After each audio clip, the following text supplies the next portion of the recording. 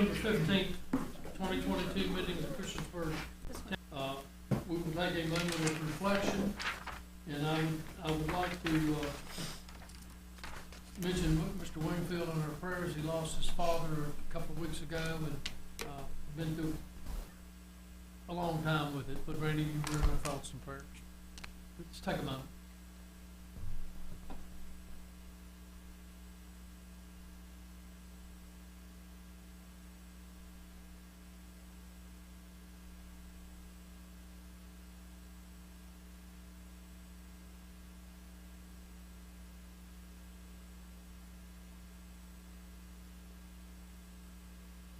Thank you. Join me in the pledge of allegiance. I ask Councilman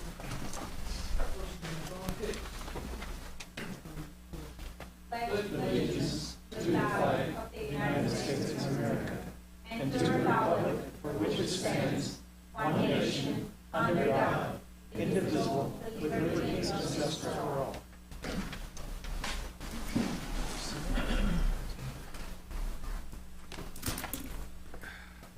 Are there any adjustments to the agenda? Yes, sir.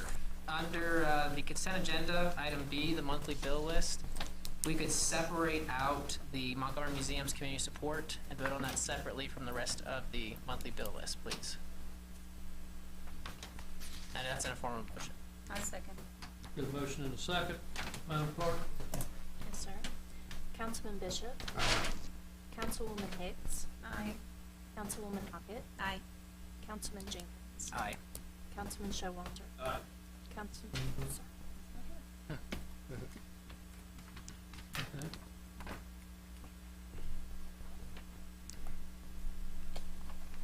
Okay. Any other adjustments?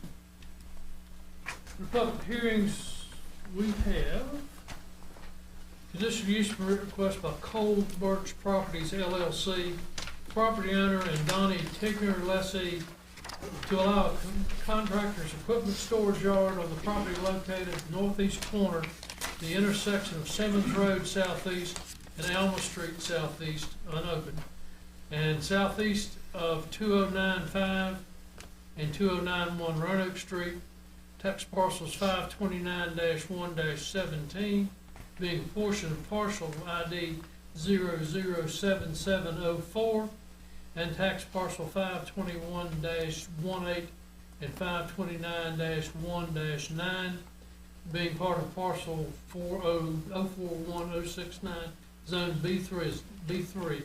Property is just designated as mixed use with buffer residential business on the future land use map 2013 comprehensive plan. Is there anyone here to address this issue?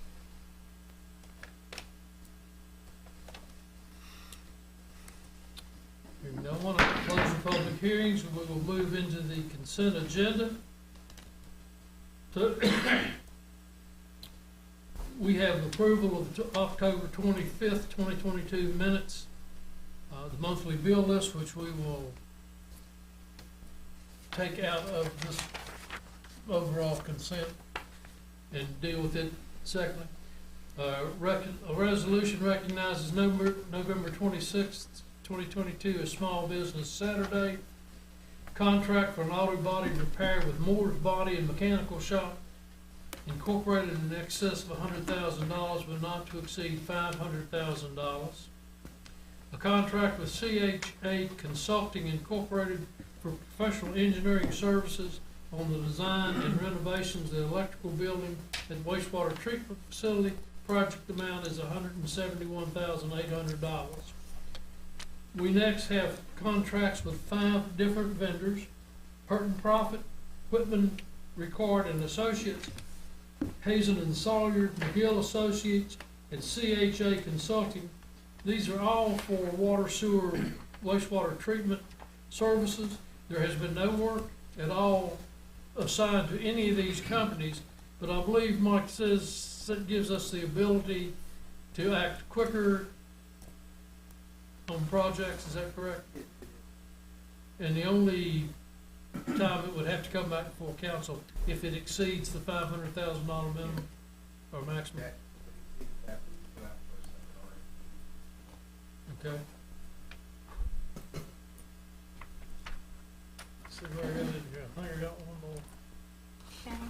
Yep. Amend the public hearing for January 10th, 2023. I think the minutes has 2022, but it would be 2023. For rezoning request for town of Christiansburg property owner to rezone the property located intersection of Peppers Ferry Road Northwest and Booker T. Washington Parkway Northwest under construction. Tax parcel 435A-3A, parcel 270079, commonly known as Christiansburg Huckleberry Park, from A Agriculture District to R1 Single Family and Residential District, approximately 50.54 acres, and B3 General Business District, approximately 12.25 acres. The property is designated as business, commercial, and parks open space in the future land use map comprehensive plan. I make a motion to approve the consent agenda items as with the correction as presented. I'll second.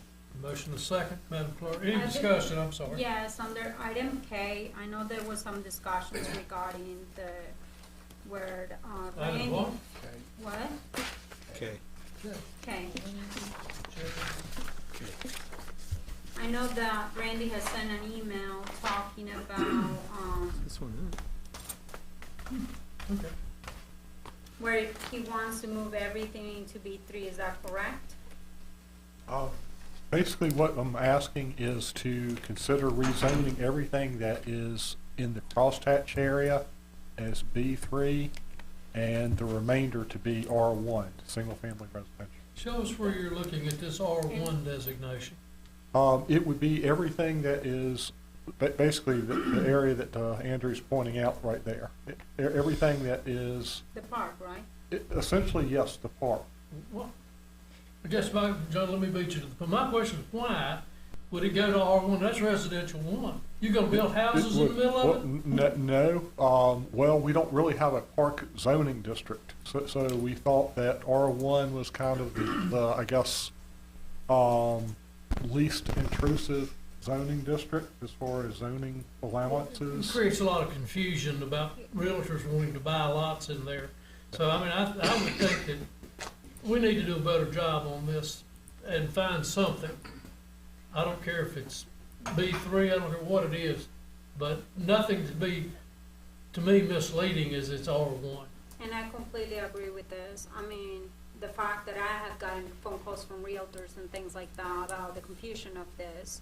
Where is this land at? We want to make sure, you know, about the building of houses and everything else. But then, not only that, but most places that I looked up online and everything for other cities and towns and stuff like that, they do have zoning for parks and even schools. And I know that this has been a question that's been brought up by me many times as far as we just need to make sure that it would be nice to have those under even the comprehensive plan. It helps the comprehensive plan be accurate for the town, and not only that, but the zoning districts. And I do think that if there is not a zoning district for parks right now, I think how hard will it be to create one? Because, I mean, this is a community space, a space recreational area. And it's definitely really confusing when you have it under housing and residential.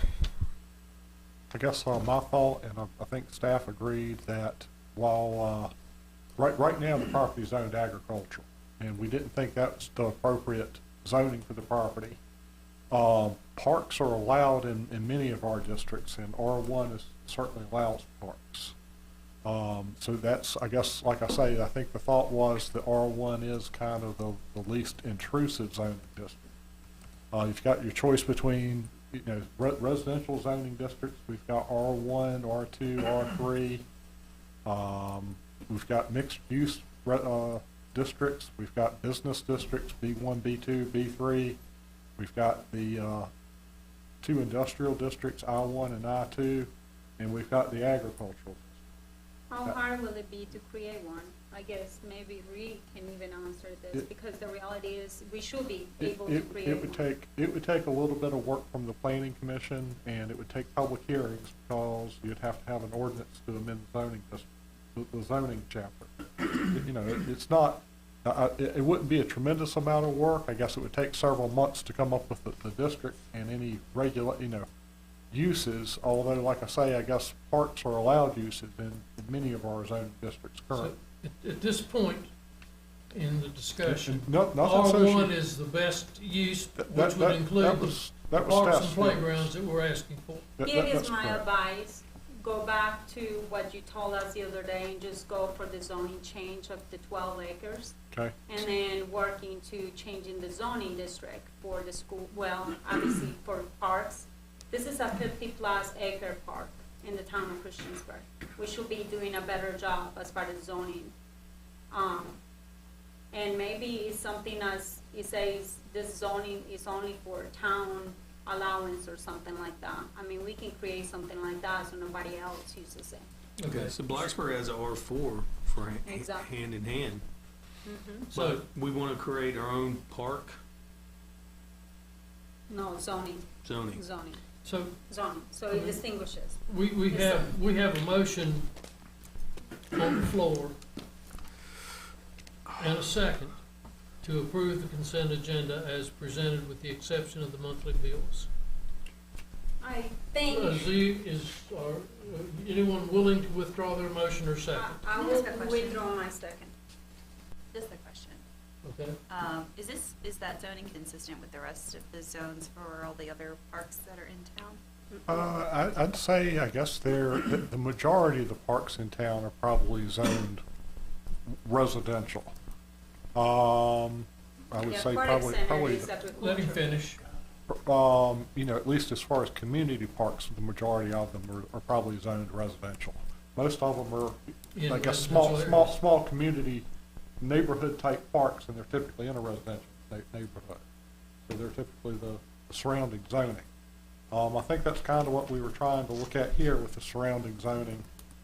If you look at the I guess subdivisions around it, you've got the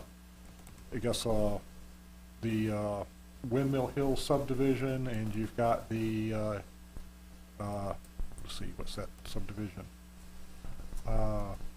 Cambria Crossing subdivision, or zoned R1, and they adjoin it. So that was kind of the thought. Nothing says it can't stay agriculture, for that matter. Parks are allowed in agriculture. If you wanted to leave the remainder agriculture, you could. It's just that we were thinking, while we were rezoning it, our zoning chapter states that we don't necessarily plan on preserving agricultural property. So I think the thought was, at least with staff, was that we would go ahead and seek rezoning. If you don't want to rezone it, you can leave it, certainly leave it agriculture. If you want to take time to try to pursue a new zoning district, you can do that too. It's really at council's discretion. Well, with the proximity, I'm sorry, Henry, go ahead. No, John Limley Park is R1. Is this what we have all of our parks zoned as? That's what most of them do. I've only hit that one, and hand in hand. Circle Park is. And I'm not going through hitting And each the- one. And the Southern- aquatic Southern center Park. is Well, on, it's not going to prevent the opening of the park, right? No, And if we don't do this, but we pursue its own zoning code or whatever, 3 or 4 months. it's 3 to 4 months down the road, but that's not going to delay the opening of the park. Yeah. So it's really up to a consensus on council whether we want to put our commission to work, and, because we'll have to submit this to the state too for the ordinance or not. no, it would take a public hearing of planning commission and town council to amend our zoning ordinance, Okay, basically, to add a zoning district. could we wrap the other ones up in there as well? The other parks, Yeah. you could. Obviously, that's a very limited zoning district. It's a park zoning district. I assume the only use you're gonna have in that district is park use. What are the benefits of creating that zoning? it just, it sends the Is that right a question, message. Mr. Wingfield? It's just a question for anyone who I guess could answer it. Is there a benefit to pursuing that zoning that gets us something that R1 zoning doesn't? It seems more restrictive, I guess, but if it's, I don't know what confusion it's creating. If That's probably the reason we've stayed away from it, is essentially it's a public use district. is, you know, you'll see sometimes localities might have something other than parks. They might have public zoning, or they might have like an open space designation, something along those lines. It's, again, it's allowed currently in the R1 or the agricultural district. Does it only matter if we put that up for sale? I would say that would be the biggest issue you would have is when you go to sell that type of property, is, or you're looking at a rezoning every time you want to sell it. I'll say this, it's not like we sell our parks either. Right, yeah. I mean, based on the information, I'm comfortable leaving it as R1, but I could be, I just don't know what the benefit is. I'm going to be honest with you. So I got all these calls the other day and questions about, because this came out in the paper, and it was all about, what are we building? How many houses are gonna be built? You know, and people typically sometimes don't even look, those pieces of land won't have, like you see that map right now, that will probably be like that for a long time. So people may not be able to see the house in there. So people may be looking at, oh, wow, there's a house in there. You know, how many houses are there? Maybe that's a land for houses to be built. When there is a park that is already being built, you know it's gonna be a park. You know, it probably will help you even knowing that there is gonna be a park right next to it. And for the other pieces of land that we are rezoning, I'm all okay with it because it sends the right message. It's a business street, you can do whatever you want to with that business. But the answer would just be 0 if they said, oh, well, how many houses will go there? The answer is just 0 and it's not for sale, so. They can't take us to court for the. Right. For false It's still, advertising. it's still For zoning it, allowed 'cause within the R1 Most citizens, zoning. besides the ones you talk to, Joanna, probably, But it's They don't care. being very confirmative with the rest of the state and the So rest of the what- cities and the towns. It sends the right message. When you do your comprehensive plan, you can show, well, this is a zoning for all parks, and there they show they are green, like the forest parks. Okay. All of them have a Thank- special coding and they have a special zoning for them. Thank you. So Now, you know exactly. I what they have are. a motion. And Do I have a retracted mine. second? Oh, you withdrew the second. Do I have a second? I'll second. Got a motion and a second to approve the consent agenda with everything except for item B, which is the monthly bill list. Madam Clerk? Councilman Bishop, Councilwoman Hicks, Give me 1 second.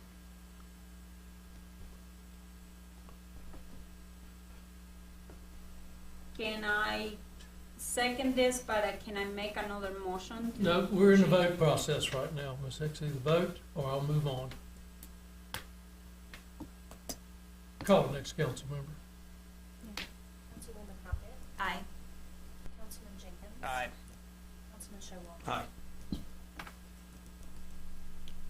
It's 4 and 1 no vote. Now, on the monthly bill list, Mr. Jenkins wants to take the $18,000 out of the monthly from consideration and approval because it is the annual, it is a community development museum grant that we gave earlier in the year. Now, this is approved funding. It was approved in the budget, and there's not necessarily a need to pull this out, but if Mr. Jenkins wants to do so, then certainly he can do that. So, do I have a motion on the bills with the exception of $18,000 Montgomery Museum and Lewis Miller Regional Arts Center? Will we vote on that later? We're gonna vote on it next. To vote So, separately, okay. right. Yeah. If that's the case, I make a motion to move to pay the current bills Okay. with the exception at this time of the museum community grant. Okay, I'll second that. got a motion and a second. Any discussion? Madam Clerk? Councilman Bishop, Councilwoman Hicks, Aye. Councilwoman Hockett, Aye. Councilman Jenkins. Aye. Councilman Showalter. Aye. Those 5-0. Now, there's a motion on the floor, or is there a motion on the floor to pay the budgeted $18,000 grant to Montgomery County Museum of Arts and History. Make a motion to approve that. Second. Got a motion and a second. Any discussions? Madam Clerk? Councilman Bishop, Aye. Councilwoman Hicks. Aye. Councilwoman Harvey, Aye. Councilman Jenkins, Abstain. Councilman Showalter. Aye. That's 4-1. Thank you very much.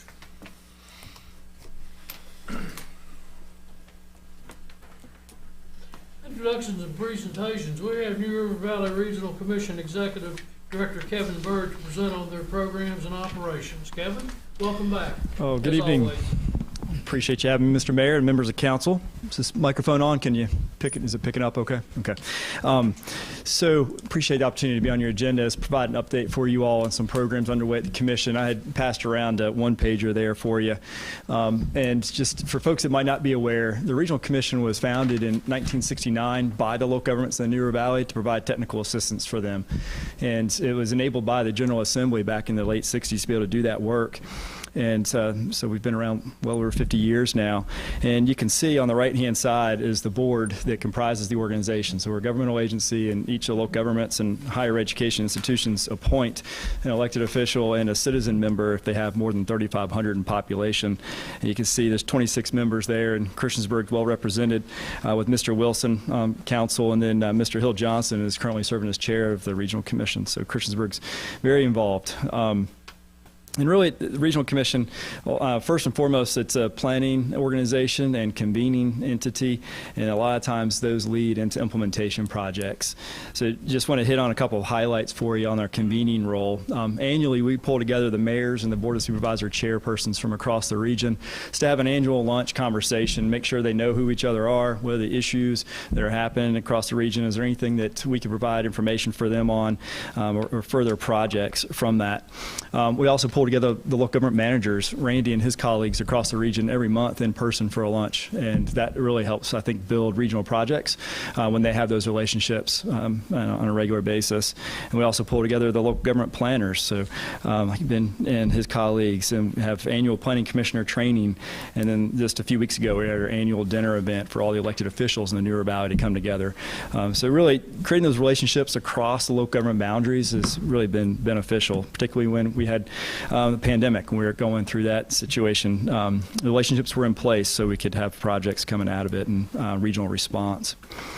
Then coming down the list there is wanted to highlight some technical assistance projects for you to make sure you're aware of roles that our staff is involved with directly with you all. And so coming up here soon, working with town staff on an updating comprehensive plan. And we're looking forward to a really robust public engagement process with that.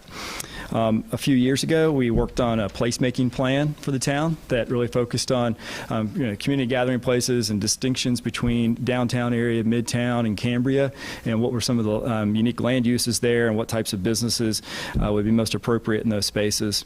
One of the things that came out of that was identifying a downtown community gathering place, the farmers market. I see that's on your agenda later tonight to talk about that. So that was one of the highest ranked projects throughout that public engagement process. And then our organization helped apply for funds to the Appalachian Regional Commission for that project. Coming up here in January is Crab Creek Water Quality, a stormwater project, and this is in partnership with the Department of Environmental Quality. So a lot of times you'll see our organization will do the planning work, and we'll identify some funds, and then we'll go and make an application to state or federal agencies for those funds. And this is one of those where residents in the Crab Creek watershed or any property owners will have access to funds that will help them install a best management practice, which would clean the stormwater through that area at a 50% cost reduction. So you'll see some outreach coming up on that here in January, and it's a really nice website that we're excited to launch on that here soon. A couple months ago, I had a council retreat with you all, and 2 years previous we did that work as well, and I really enjoyed being in that role where we were able to facilitate the dialogue, help you all figure out priorities, and get some direction setting. And then recently working with town staff on the Smart Scale application for the pedestrian improvements at Peppers Ferry and Franklin Street intersection. But that's some more of the things that were specific for Christiansburg, and just to talk a little bit more about some of our regional activities activities that we're involved with. Economic development role is really not the marketing. Onward New River Valley, I'm sure you all are familiar with, they do the recruitment and marketing of the region for businesses. Our role is on the planning side. It's helping to figure out what our priorities are and projects within the region for water, sewer, broadband, industrial park development, and then helping to go access funds to do those types of projects. So it's really a planning role in identifying projects and technical assistance. So we create this regional economic strategy. This past year, there's a top 10 list plus 4 because we just couldn't cut out those additional 4. They were so important. And then we have staff support through our economic development program, working with the town most recently on the industrial revitalization funds project. So we have staff that have been working with Department of Housing and Community Development for a number of years that we were successful in bringing into our organization. So they really are a terrific resource for our communities when they're looking for applications. And then just a couple months ago, we had a revolving loan fund for a small business approved for a business in Christiansburg. So we have this fund that the mayor's familiar with. They'd worked on for a number of years with the New River Valley Development Corporation. That fund has come to the Regional Commission, so we're helping make that available to small businesses around the region. Huckleberry Trail Plan, you all had a presentation on that recently, so I won't belabor that. And then passenger rail, we've been involved for 13 years since the start on that one to help figure out how we could make that a reality. And our role has been on the technical planning piece of that, and then more recently it's been about coordinating the entities that have created the authority that would own and operate the station. And so our organization is providing staff support to that governmental organization, the authority that will own and operate the station. Last week or 2 weeks ago, the Metropolitan Planning Organization approved a task order that will allow us to update the operations and ownership report. When we did that initially, that was the one that talked about the station being next to the Aquatic Center and how would that station get constructed and operated. That's what led us down that path of creating an authority. The update is going to help provide some funds for us to provide the bylaws for the organization and then also bring on an engineer that would, an engineering firm that would work with the authority on site planning for that station once the state figures out the final location. So there'd be somebody on the authority side while the state is working on their portion of the project. Housing study was completed about 2 years ago now, and then currently we're moving towards implementation. We have $2 million from the state that we're successful in securing that would help build up to 20 units. And what we're looking to do with that funding is create what's called a regional housing trust fund. So right now, if we go after a project for low to moderate income housing, we're often applying for funds to the state or federal government for underwriting of those project costs. This would help have local dollars or regional dollars with discretion for local projects. So that's going to be something that you'll hear more about soon, is creating this regional housing trust fund for local dollars and local investment in housing. Just a couple weeks ago, we were successful in securing $1.5 million from the Appalachian Regional Commission to develop or expand the New River Water Trail. This is a terrific asset in Giles County with multiple boat launches, a really good website that helps people figure out how they can navigate the New River section in Giles County, but now it's expanding into Montgomery, Pulaski, and the city of Radford. And there'll be 4 boat launches that are expanded or constructed as a part of that. The website will expand, as well as some in-river signage and signage adjacent to the river. And the last 2 items on there, we help prepare the hazard mitigation plan every 5 years. And this is important for you all because if there is ever a disaster declaration anywhere in the state, then this community, if they have some type of impact they can demonstrate associated with that, then you'd be eligible for funds. We had a case where there was a disaster declaration statewide, and Floyd County had some damage associated with flash flooding, and then we were able to pursue some FEMA funds for them to invest in a small business incubator facility that allowed for backup power and allowed people that had home-based businesses to then have a physical business presence. So if that update is extremely important, whether you have a direct impact from the disaster or a project that could be supportive in mitigation. And the last thing is we are a data repository, and we pull that together in a clean way on our website. So encourage, if you have folks in the community that need access to data around the region, they can look at our site, and if they have any other additional questions, we're happy to do individual data queries. Had a meeting earlier today with the Moss Arts Center, and they were just looking for some data about their strategic plan update. So that's one of our roles, is providing data. But that's a quick rundown of what we have going on currently at the Regional Commission. Be happy to take any comments or questions that you have on our programs. It appears as normal, you and your staff have a very full plate, and we appreciate that. We do. Thank you. Thank you. Kevin, could you sort of just touch on the role that Hill Johnson's playing with you guys? Yes, so as board chair, it's quite a involved organization. So our board meets every month, and that's about an hour to hour and a half. And then we have an executive committee that's on that list. You can see our 7 executive committee members, and they come together the week before the board meeting, and that's about another hour and a half meeting they spend with me. And really, it's a great sounding board and helping to guide our organization. And then as chair, he has additional duties. I have a phone call every Tuesday morning with Hill at 9 o'clock. So we got to check in this morning, and yeah, it's just a really important role, advising me and our organization as chair, and then represents Christiansburg in so many different ways.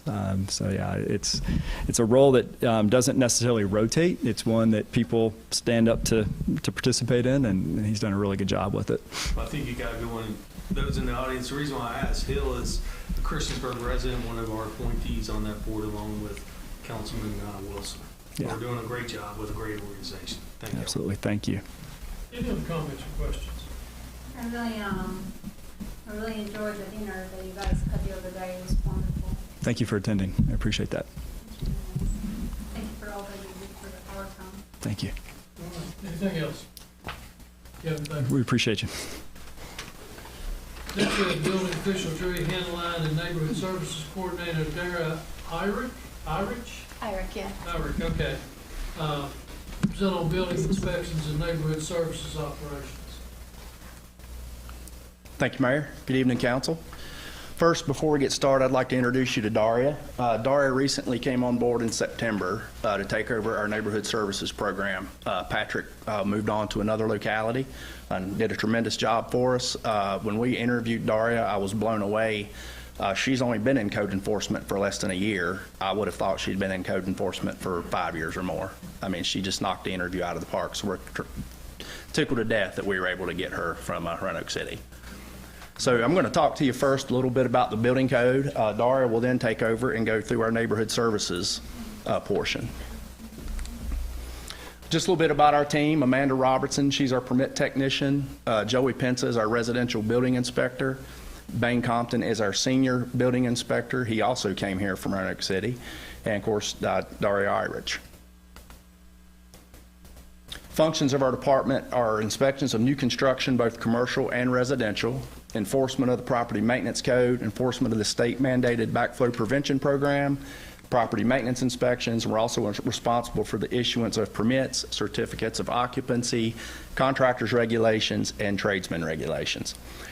We do plan review on all residential structures of various types. We do require third-party review on commercial. We've been doing that for about 4 years. Just some more functions of the department. In addition to the building code enforcement, the department is responsible for tracking contractors' licenses and tradesman certifications before a permit is issued or reviews performed to ensure that the contractor is properly licensed.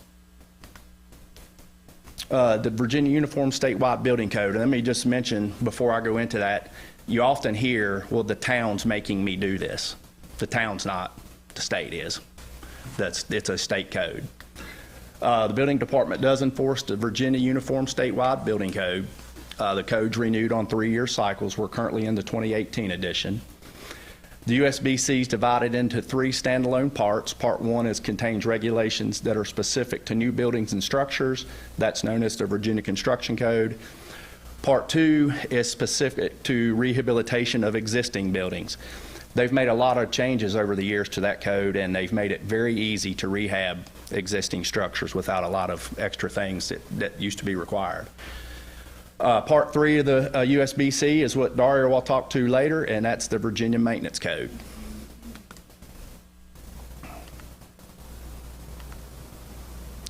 Also part of the Virginia Uniform Statewide Building Code are additional codes that we are responsible to enforce, which is the Virginia Fire Code, the International Fire Code, the Virginia Mechanical Code, the Plumbing Code, Virginia Fuel Gas, Energy, the Pool and Spa Code, the Virginia Regulated Laws Package, and the Virginia Amusement Device Regulations.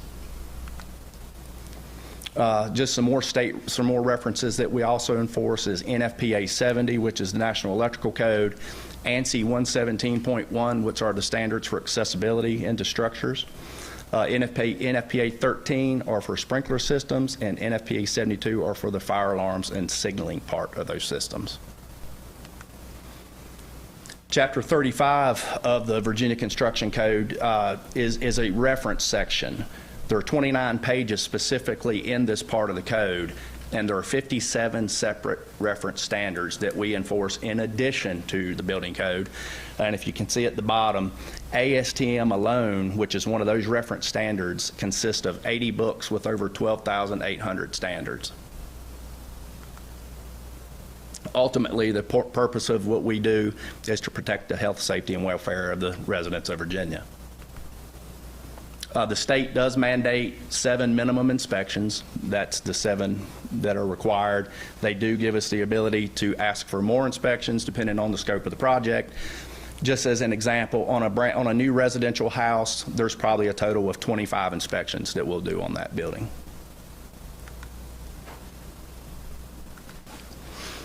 In fiscal year 2022 that ended in July, or at the end of June, we issued 1,212 permits. We received $259,261 in fees that were related to building code enforcement activities. There were 70 new dwellings constructed in town. The building department staff performed 4,043 building inspections, 1,084 of which were commercial, 2,959 of them were residential. We also did 607 plan and code reviews. Here are just a few of the notable projects that have went on this year. This is the FedEx Distribution Center. It's about a 400,000 square foot building down at Parkway Drive. They have been issued a temporary certificate of occupancy, so they are partially operating out of that building right now. That's the True by Hilton down on Hampton Boulevard across from Cracker Barrel. That thing is 98 rooms, if I'm not mistaken, and is slated open sometime in the summer. That's the Montgomery County Public Service Authority building down on Reading Road. That's a really interesting structure there. It's not large in size, but the technology that's in this building is amazing. Just simply the mechanical systems that are involved with it is something that we've never seen. This is the United Therapeutics Research and Development Center. Just some future things coming that site plans have been submitted for or in the review stage. Discount Tire, Bojangles, Take 5 Car Wash, Take 5 Oil and Lube Center, W4 Car Wash, so you can certainly get your car washed around Christiansburg. Marketplace Anchor that's the C1 building. I don't know exactly what the retailer is, but it is a retail space. Chick-fil-A, Virginia Varsity Storage, the addition and renovations to Christiansburg High School, Magnolia Point Apartments out on Peppers Ferry Road. Of course, Marketplace is ongoing, and of course, our Christiansburg Town Park. So at that point, I will turn it over to Daria. All right. Again, my name is Daria Irick. I'm the Neighborhood Services Coordinator, Code Enforcer for the Building Inspections Department. Code enforcement, all like Jerry said, has to do with the Virginia Maintenance Code. So it's all statewide compelled maintenance code for those that adopt it, and Christiansburg does. So the purpose of the department that I'm in is to enhance the quality of life within the town of Christiansburg. I perform proactive inspections, or the other building inspectors will kind of let me know things that they see around town, because it's hard for one person to have eyes on every single street around here, though I'm learning all the nooks and crannies. And definitely my approach is always education over enforcement. People don't necessarily know that they're not in compliance with the code. They don't want to be out of compliance with the code. So my goal is always to have conversations with everyone to tell them what the code is, why it's there, why it's important, and then work with everyone to try to figure out the best avenue for them to then come into compliance. We always want voluntary compliance. That's our goal. So just the mission of the department, so it's to increase the quality of life in the town of Christiansburg, enhancing the appearance of neighborhoods, business districts, preventing blight, protecting the property values, grow economic conditions, and it's all about the voluntary compliance, as I said. All of the procedures put in place into the department and how I approach code and the nuisance violations are all very standardized, so it should provide an equitable approach to enforcing code for every single citizen, no matter where they are or what they're going through. Kind of reiterating, we're going to make things clean, have cooperation between the town and the community, and increase that trust and that communication is always my goal. Providing prompt, courteous, and professional service, and to encourage everyone to sort of take responsibility and pride for their properties and for the environment that they're growing in. So, community pride. So these are a lot of cases that are pre-me. So last fiscal year, there were 761 total cases. 115 of them were closed in that fiscal year. Most of them were complied with, 628 complied, and only 1 required court involvement. When it comes to maintenance code, it is the minimum standards that the state of Virginia has for the property to be deemed healthy and safe to reside in. So we are just enforcing the very minimum that it takes to make sure people are safe and healthy. And court is the last step. Whenever everything else has gone out, there's no more resources we can give, there's nothing else we can do, we've given you so much time. That is the very last step. So thankfully, only that was required once last fiscal year. What, the cases that are marked closed, just so you know, those are cases that someone filed a complaint on, staff went out, and there was nothing to the unfounded. case. It was unfounded complaint. Thank you. Nice little pie chart so you can kind of see what the variety of cases are, most of them being tall grass and inoperable vehicles, which you can imagine the seasons that those come in.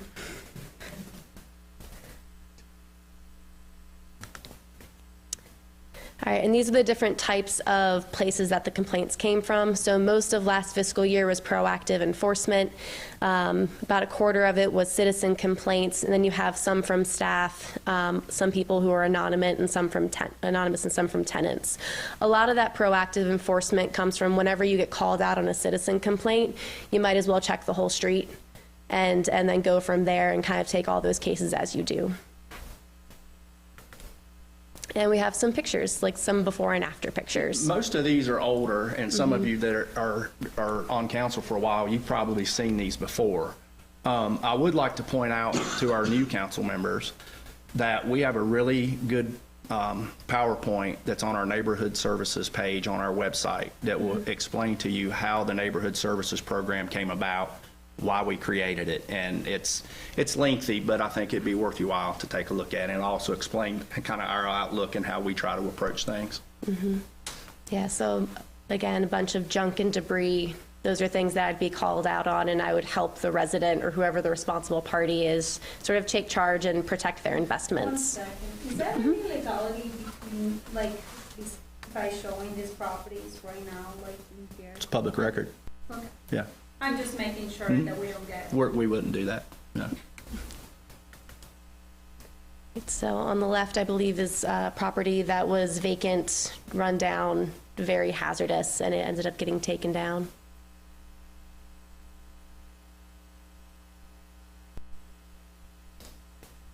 Bunch of inoperable vehicles. Cleanup of junk and debris.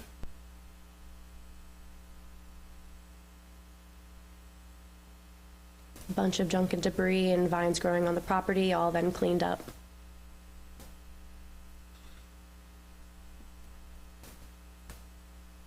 So the gist is there's a little bit of everything. And once there's blight, tall grass, that often brings in a lot of rodents or other issues. So the goal is to then help clean it up so the people are more proud of where they're living and there's less safety and health concerns and less neighborhood disputes.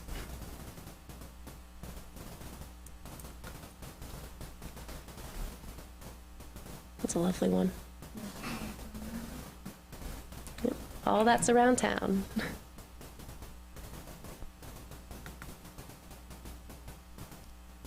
It's before and after. And another before and after.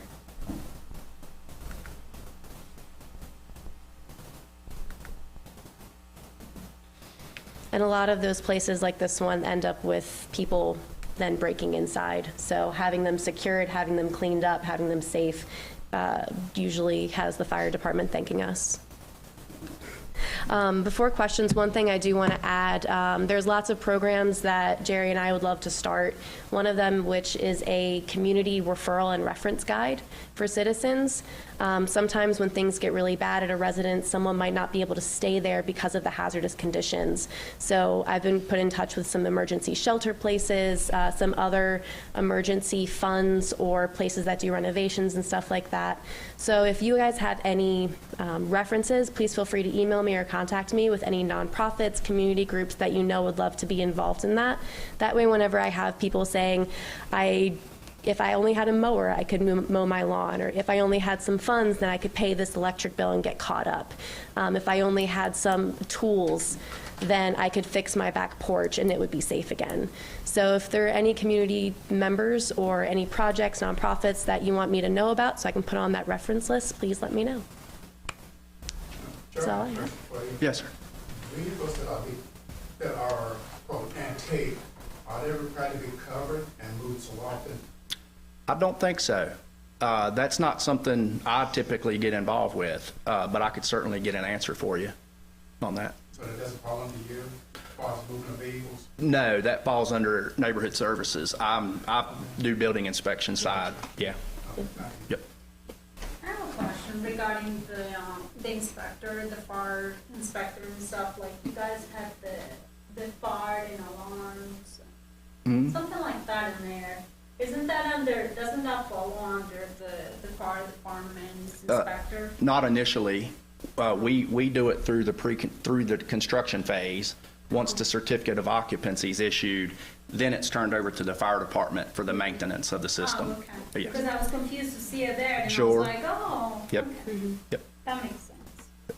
Quick question for me, Jerry, just, I'm curious, the new billiards hall that's going, or room that's going to open, would that fall under the amusement code? Would you guys inspect that for that? That is considered an assembly building, Okay. but what we mean by amusement device are rides, Gotcha. the festivals, So when they come in, you guys hit out and... Well, we require third-party review on like the roller coasters, the Ferris wheels, the big, what we call mechanical rides. Right. We take care of the small, what we would consider a small mechanical ride, which is something that can be set up in 2 hours or less. And typically that involves, believe it or not, most people don't believe this, but we do have to inspect bouncy houses. That's the gist of what we do with that. Is that any legality with, I'm sorry, go ahead, Shalata. No, I was just going to thank you for listing Chick-fil-A up there, and hopefully some of my coworkers are watching this, because I get that question probably once a week from now. Sure, So, yeah. and they think I'm not telling the truth. Well, I think it's because it's a well, it's not weird, it's different locations, so I think it would be nice to keep them both. Well, I don't want to go into a conversation. I just appreciate you putting it up Sure. there, so I can be like, watch the video. I really like the focus, the community support focus of the neighborhood services program. I just think that's such a great, I mean, I'm just so glad that we take that approach, and I hope that our citizens hear that. I know they feel that when they come out, when Patrick was hearing that, they felt that when he Yeah. came out. And, you know, he was so kind and warm, and just, you know, was like, this is the best insurance program we'll ever have. And he was just Yeah. so proactive, Mhm. and Yeah. I love that attitude, and I'm excited that you're here. I think that, it's just a great way to go about that service, and so, it's so good to see you. Yeah, thank you. Thank I really like the fact that what you mentioned before, the volunteer compliance thing, because I know that you never know two sides of the story, right? And sometimes, you know, it can be tenants telling the truth, sometimes it can be tenants lying about things. It can be, you know, landlords, it can be owners, and so forth, but, whoa. But anyhow. So, you know, what people, court, that is the ultimate outcome if we don't get compliance, right? But it really never brings anything to a resolution for this reason. most people that are in violation don't want to be in violation. They don't have the funds or the means to take care of what they're there for. So we take, what good is it to take someone who's already down on their luck to court and have a judge say, well, we're going to continue to fine you? Sometimes we've taken heat on a few because it's taken so long to get them in compliance. But we try to make sure we do that because we do not want to be in court with anyone. And exactly right, and you never know what those people are going through. That's correct, I mean, yes. They may be, someone may be dying in their family, somebody may have died, or they may not have the finances right there, they just lost their job or whatever it is, the situation. So I do think that mostly during this time of economics turnaround and everything else, just looking out for those things and working with everybody is definitely the right thing.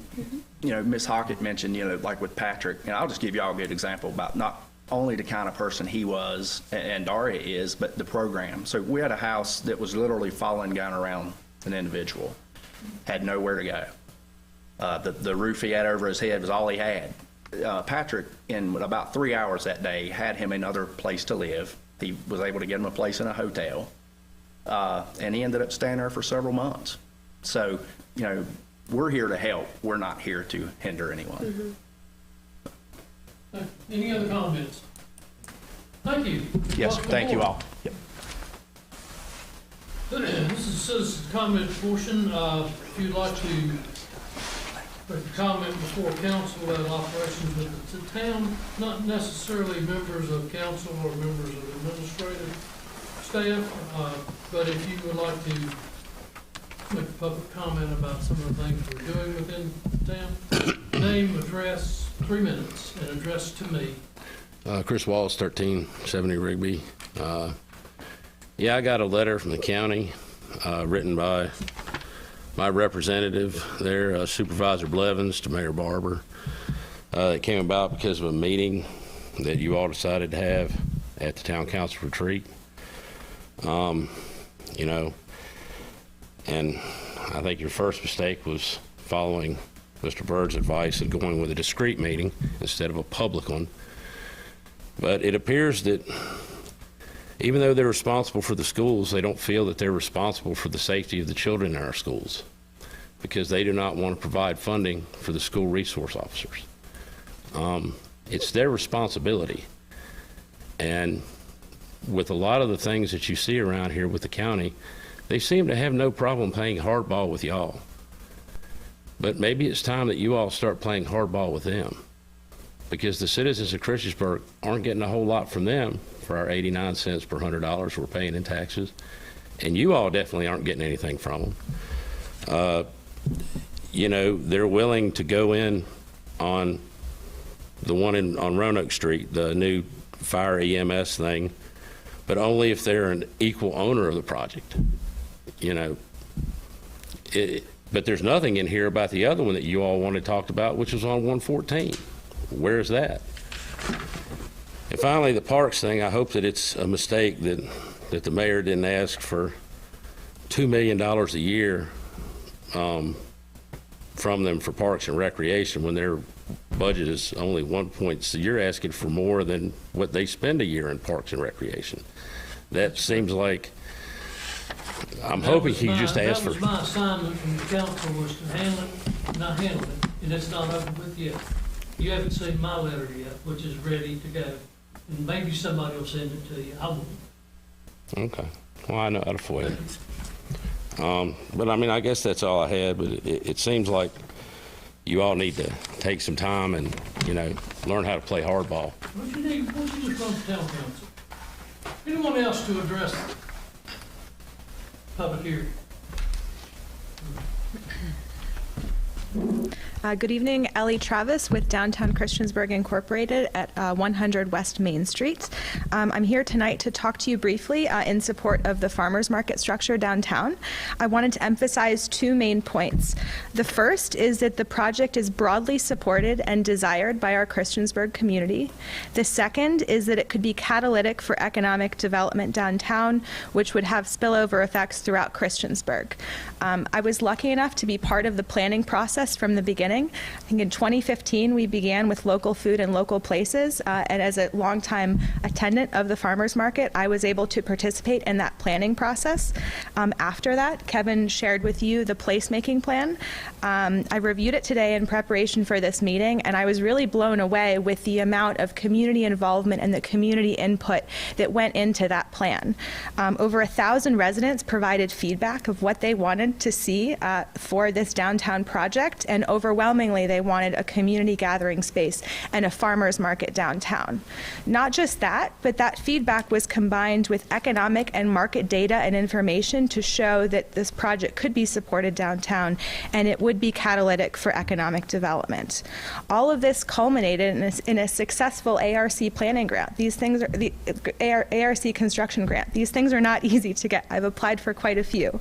And I believe that the reason that this ARC grant was successful is because they too saw that this farmers market structure downtown is both broadly supported and desired by our community and will also be catalytic for economic development downtown.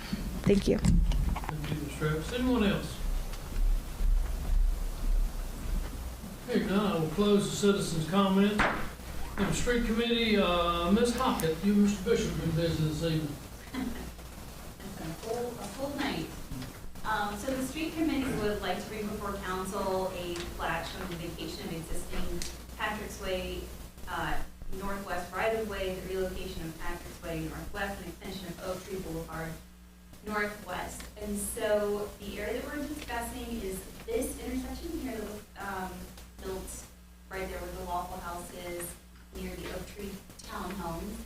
So if you remember, in this grassy green area, that's where that road entering into Oak Tree and back into the land that used to be there, it has been moved, and this new entryway constructed. And so what we're proposing tonight for council is that we just clean up these lines by adjusting the line. Yep, so taking this section, this green section that used to be that drive, and incorporating it into the town's property, just cleaning up that line, because Waffle House was not interested in splitting that area. And I'd like to make that in the form of a motion. Second. Get a motion in a second. Any comments, questions? So what you're doing is cleaning out the lines, that's what, but there is no giving out land or nothing like that? That all belongs to the town. Madam Clerk? Councilman Bishop. Aye. Councilwoman Hicks. Aye. Councilwoman Hockett. Aye. Councilman Jenkins. Aye. Councilman Showalter. Aye. Vote, thank you. The second item we have for you tonight is a plat dedicating .005 acres. Is that right? A right-of-way of tax parcel 529-34 to be to the town of Christiansburg at the northwest corner of Corporate Drive Southeast and Technology Drive Southeast. So if you remember a few council meetings ago, we had a similar discussion. In order to come into compliance with the town standards, there was a small right-of-way dedication easement there at that corner. We're asking to do the same thing now on the other side of this drive. And we'll pull up that map. So this very small corner that you see, that would be where the easement would be dedicated. I would like to bring that in the form of a motion. Second. Questions? Madam Clerk? Councilman Bishop. Aye. Councilwoman Hicks. Aye. Councilwoman Hockett. Aye. Councilman Jenkins. Aye. Councilman Showalter. Aye. This 5-0, thank you. Central Business Committee report recommendations. Ms. Hicks and Mr. Jenkins recommend the awards of the third round of facade grant program. Who's going to handle that? I will make a motion to actually recommend the following facade grants that we approved in our central business committee, and then as well by, with the help of our advisory committee. So 560 Depot Street, the West Main Street, the ones on the. I'll second that. Got a motion and a second that we award these these 5 grants. And just as a reminder, I know that we had given them up to, with the drawings, it would be up to $5,000 each, but we were mentioned that one of those businesses, the one in Cambria, the one on Depot, which one was it? What was the address for this one? 630 Depot Street, that they may not be able to get all the funds because it's a matching grant, but I am asking the town citizens that are listening and the ones that are sitting here, that if you guys want to donate to that woman or whatever you want to do it in your own money and time or whatever, you are welcome to go over there and talk to her or whatever. So But we are I'm really interested in saving this property, so. So we have it just in the form of a motion, it was, I believe. In a second. Any further comments? I do have a question. On this, it's showing that you're awarded $4,500 or $5,000, and the information I received showed the guidelines was $4,500, so which is it, the max that they can get? Is it $45,000 or $5,000? Any of them? You could get 5,000 total, although the max cash contribution you could get is $4,500. The town would pay up to $500 to have the conceptual drawings done. But the $4,500 is the most cash match you get from the town. Thank you. Okay. Madam Clerk. Councilman Bishop. Councilwoman Hicks. Aye. Councilwoman Hopkins. Aye. Councilman Jenkins. Aye. Councilman Showalter. Aye. 5-0, thank you. Under discussion and action by mayor and council, vacation of 0.02 acres of right-of-way associated with former Patrick's Way Northwest location. Public hearing was held October 25th, 2022. I make a motion that we approve the vacation of the 0.2 acres of right of way as stated under letter A. I'll second. Motion in a couple seconds. Any discussions? Madam Clerk? Councilman Bishop. Councilwoman Hicks. Aye. Councilwoman Hopkins. Aye. Councilman Jenkins. Aye. Councilman Showalter. Aye. That's 5-0. 2021 U.S. Development, Department of Housing, Urban and Development, HUD, Community Development Block Grant, CDBG, Consolidated Annual Performance and Evaluation Report, CAPER, C-A-P-E-R. Public hearing was held October 25th, 2022. I make a motion that we approve the item B Thank under you. the consent. I'll second. Motion is second. Very good. Comments? Madam Clerk? Councilman Bishop. Councilwoman Hicks. Aye. Councilwoman Hopkins. Aye. Councilman Jenkins. Aye. Councilman Showalter. Aye. Okay, that's 5-0. Street closure for the Christmas parade, December the 9th. Street closures from 3 to 4 p.m. for the barricades. Pfluger Street, Franklin Street, closures from 3 to 9 for the market. There's several different streets and times on here that it's the same basic parade route we have run for the last 20 years, as far as I know. Brad, is that correct? Yes, sir. That's okay.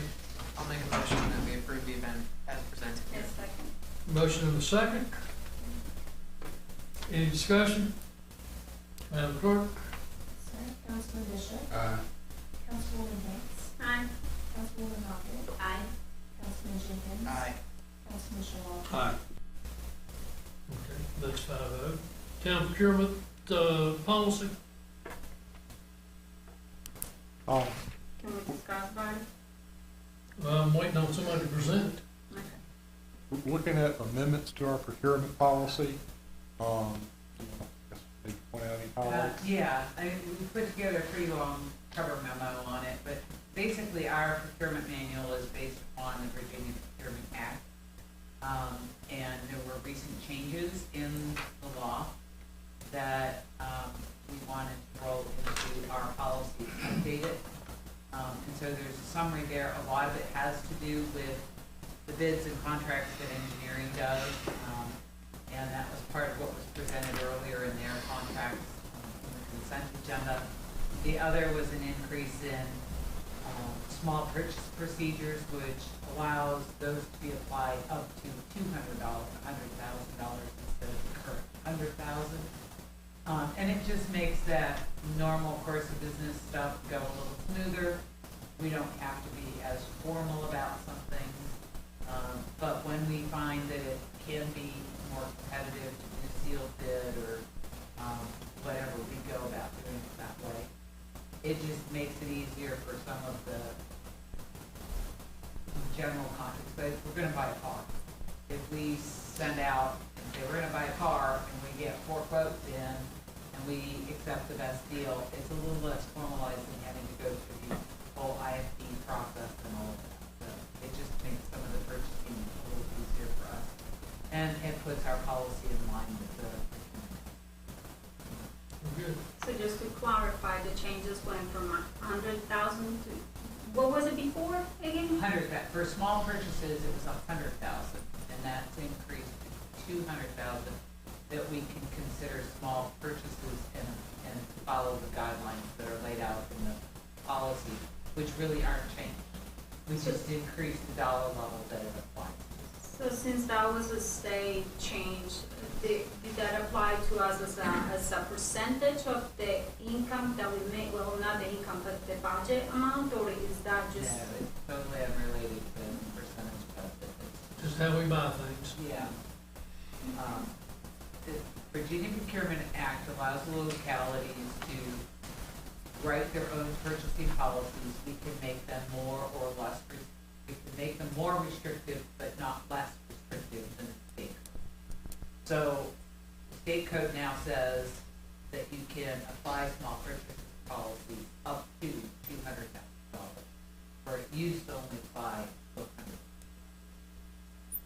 All right, I'll make a motion, we approve the town procurement policy. The motion is second. Any discussion? Madam Clerk? Councilman Bishop? Councilwoman Hicks? Councilwoman Hoggett? Aye. Councilman Jenkins? Aye. Councilman Shell? Aye. We get discussion of Christiansburg Farmers Market location and Appalachian Regional Commission construction grant.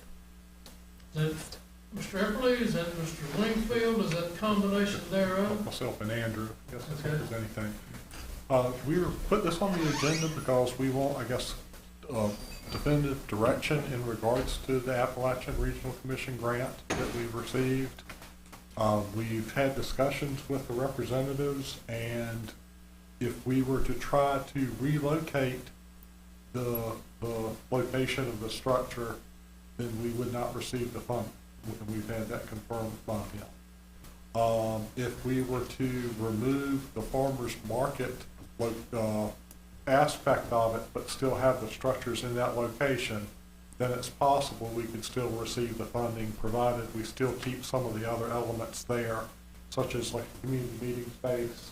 And we could even potentially have a farmer's market, say an additional day per week, if we were to have a location at the rec center and at downtown. So it's possible to use the structure for other uses, but it's not really possible to shift the grant location. And because the grant is tied right now currently to Hickok Street, we do want, I guess, like I say, kind of definitive direction in regards to providing structures there. And again, it doesn't necessarily need to be for farmers market per se. It could be kind of for community gathering space. We could still use it for things like Christmas at the market, for example, or the July 4th event. It's vendor space. And I would just add that we would need to work with the funder on changing our performance measures that we were approved for, which were directly tied to the fund. Well, let me ask you, would it, if you had it downtown, let's say during a monthly cycle 4 times, and you had it once at the rec center, would that throw a wrench in their funding? Again, we would have to work with, I think the best direction we were given by the funder was to implement it as close to what we funded. Right. So You know, so This we isn't would gonna have to take- work with them, you know. This isn't gonna take an official vote, you just want a direction from council, because that's where it's always been. That's kind of what we're looking for is, I guess, confirmation that you won't continue with the structure in the grant downtown. I think that there is a lot of, this was gonna come up to central business, and this obviously came as part of the work session that we had not too long ago.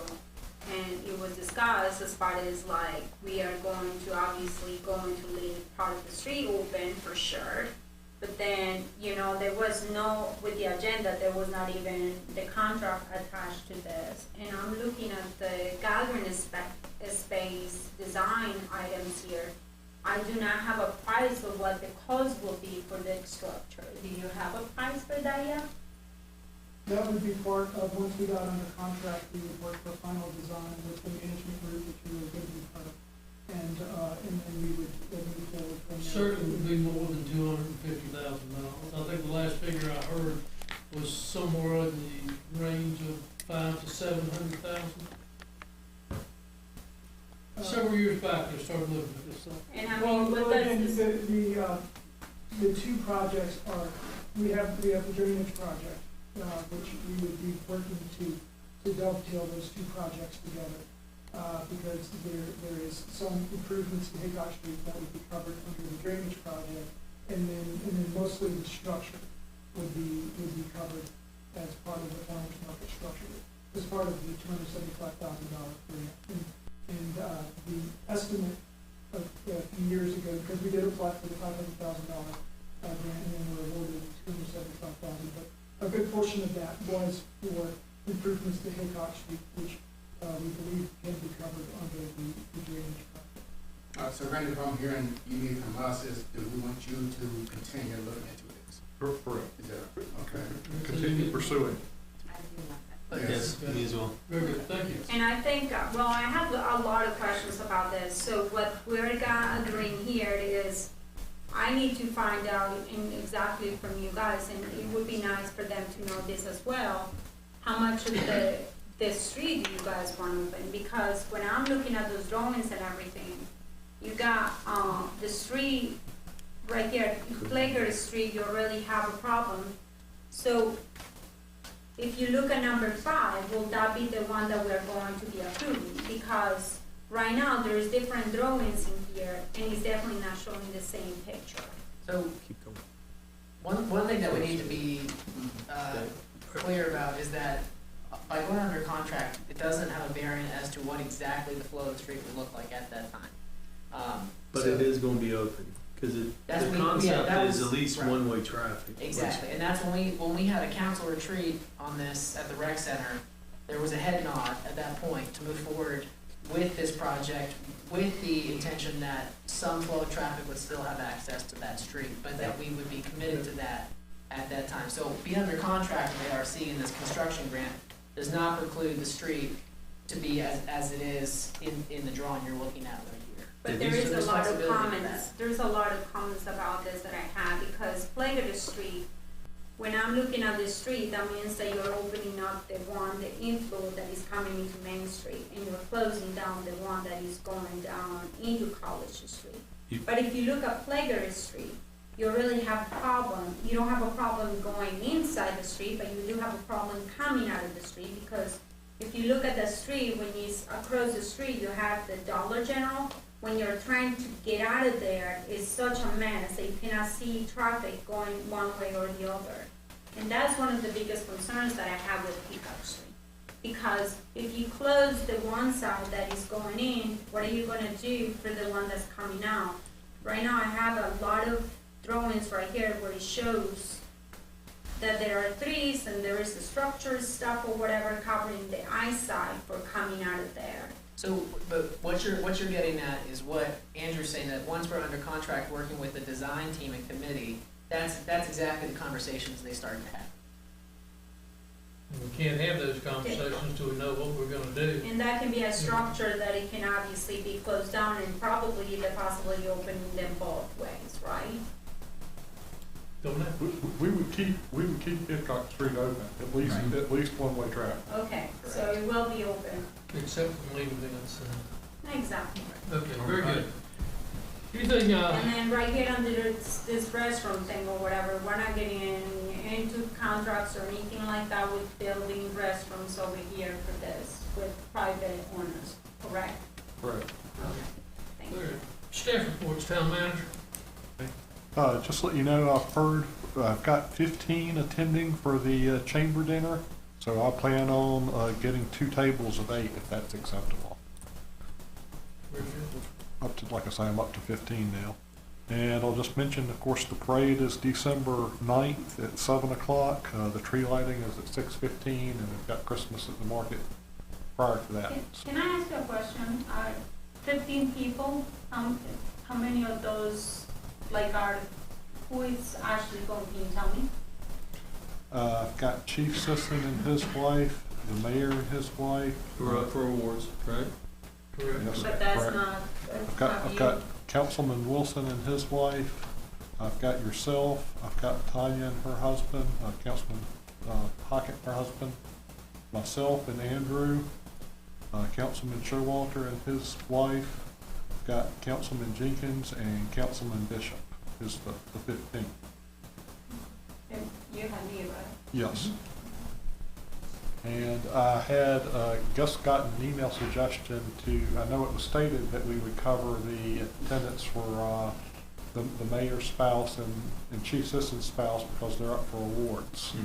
I've gotten a suggestion to go ahead and cover spouses for council members. Do you want to do that? I do not personally be in favor of that. No, I don't think so either.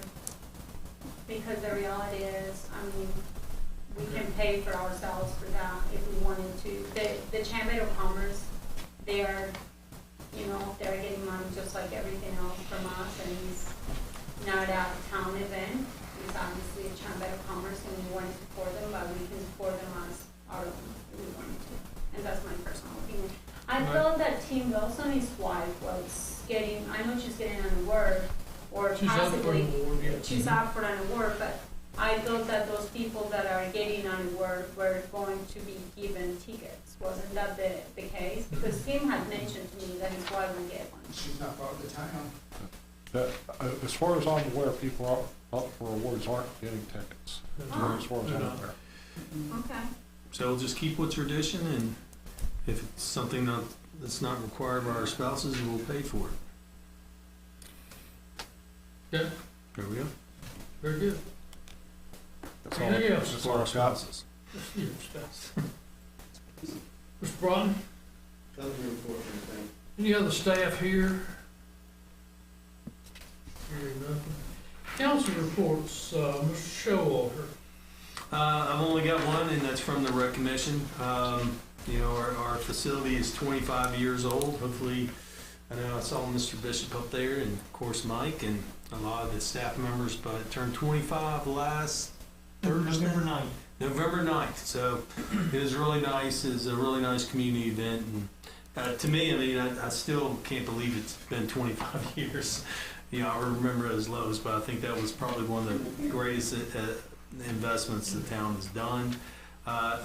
Also during the report, and I'm just, other than all the youth sports, adult sports, and our seniors activities that Brad and the staff cover every month with the commission, but what they do for our community. There was something that it was interesting that was brought up, which was a Meals for Seniors, which we thought had went away when the COVID funds had run out. But another organization, which Carlton was going to look into that, picked up that mantle so that we can still provide meals for those seniors in need. So I thought that was really worth mentioning, that our rec staff is still on top of that. The organization, I don't know what it is yet, Brad, but that should be a hearty thank you that they keep that up for our seniors out there in need. And I also, appreciate that. along with that, we just received word too that the food bank has also received grant funding to be able to continue as we did before with Millstone Kitchen. Yep. And again, it's a keystone from our rec staff employees to keep this going, so much appreciated. Yes. And you know, you can always reach out to Agency on Aging, wants more people to apply for food. So, I mean, call them up. You're over 65, call them up. They have food. Mr. Bishop, This, you done? I'm done. Mr. Bishop. just a, Wait. No. Wait, That's what I was gonna say. But anyway, you know, the money center has been with us in the States because this weekend, they had a event, I can't remember who was there. It was a bad, I lost, but anyway, Crossing is still staying busy. That's all I have. That's awesome. Very good. Ms. Hicks.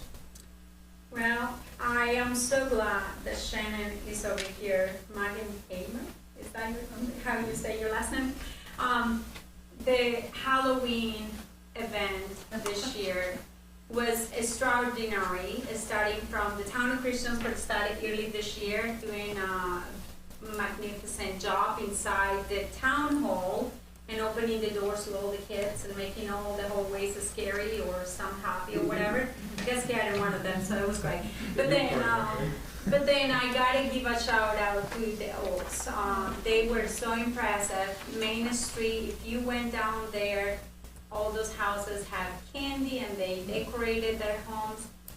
And you have done such a great job, and we're so glad you're here. And you decorated your home for Halloween, and you brought donkey, horsey, whatever that was. It was great. My kids loved it, and so it was wonderful. I also want to give a shout out to the high schools, Montgomery County schools that meet in Christiansburg facilities. They have a group, it's called the 401 Copperhead Robotics Club. And I can tell you these kids are incredible, and I'm not just saying because one of my children is there, but they're great. They have won rank 1 on the state level, and they keep competing and winning great awards around in other states, not just in Virginia. So I'm just so proud of that group, and I hope that they become something so big. It's really incredible that those kids are in our area. And then obviously give a shout out to the veterans this week. Thank you for their service. Mr. Bishop was asked to add back into his comments. Yes, I just want to go ahead and thank the Christiansburg High School for hosting the Veterans Day program. It's been a couple of years now. Even though the parade wasn't held, they did hold a event for the veterans. So I'm going to thank Christiansburg High School. Very good. Ms. Hoppe. Nothing to report. Mr. Jenkins.